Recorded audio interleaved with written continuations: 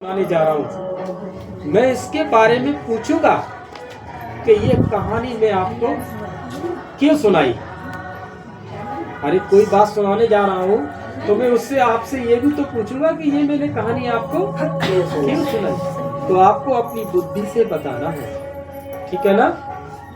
जब आप संगम युग पर तपस्या करके परमात्मा के साथ अपनी साधना करके अपने जीवन को श्रेष्ठ और पवित्र बना करके जब आप मुक्ति में चले गए, मुक्ति धाम माना परम धाम, मुक्ति धाम माना परम धाम, उसी को ही मोक्ष कहते हैं। मोक्ष का मतलब ये नहीं है कि हमें छुटकारा मिल गया।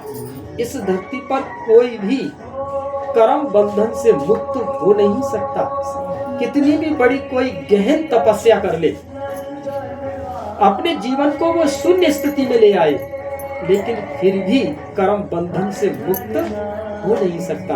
क्योंकि जब जब वो शून्य की स्थिति में जाएगा, जब जब वो शून्य की स्थिति में स्थित होगा, तब तब उससे इतने वाइब्रेशन निकलेंगे, उससे इतनी शक्तियां निकलेंगी कि आसपास के लोगों को भी शांति का अनुभव होगा।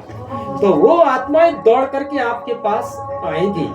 जब वो आत्माएं आपके पास दौड़कर आई, आपके पास आना, आपसे दो शब्द सुनना, उनके पीड़ा को सुनना, उनकी पीड़ा को हल करना, आपकी तपस्या की वाइब्रेशन से जाना, कर्म बंधन बनना। क्या हुआ फिर? कर्म बंधन बनना। और कर्म बंधन बन गए तो शून्य स्थिति वाले को भी लौट के यहाँ जन्म लेना पड़ेगा। उन आत्माओं के लिए, कौन सी आत्माओं के लिए? जो शांति के लिए आपके पास खिंच करके आए थे, आपकी तपस्या के अंश उनके पास गए थे, वो लौट करके तुम्हारे पास आएंगे। इसीलिए कोई भी आत्मा कर्म बंधन से मुक्त हो नहीं सकती। आज हमारे यहाँ पर संत महात्मा साधु सन्यासी ये कह देते हैं कि वो मोक्ष को प्राप्त कर लेंगे और वो लौट करके नहीं आएंगे। ऐसा कभी नहीं हो सकता। ये एक एग्जाम्पल है। कैसे? जैसे कहते हैं वो कि एक बूंद समुद्र में गिरी और समुद्रमय हो गई। जब बूंद सागर में गिरती है तो कैसी हो गई? वो सागरमय हो गई। अब ये उदाहरण तो उन्होंने भौतिक जगत का दे दिया, लेकिन आंतरिक जगत का उदाहरण वो नहीं समझ रहे। एक तो भौतिक जगत, दूसरा क्या है? आंतरिक जगत। हम आंतरिक जगत के जब मालिक बनते हैं, इस भौतिक जगत के मालिकपन में, इस भौतिक जगत में जब हम अपने आप को जीत लेते हैं तो आंतरिक जगत के मालिक बन जाते हैं। जैसे कि बूंद समुद्र में गिरी और सागरमय हो गई।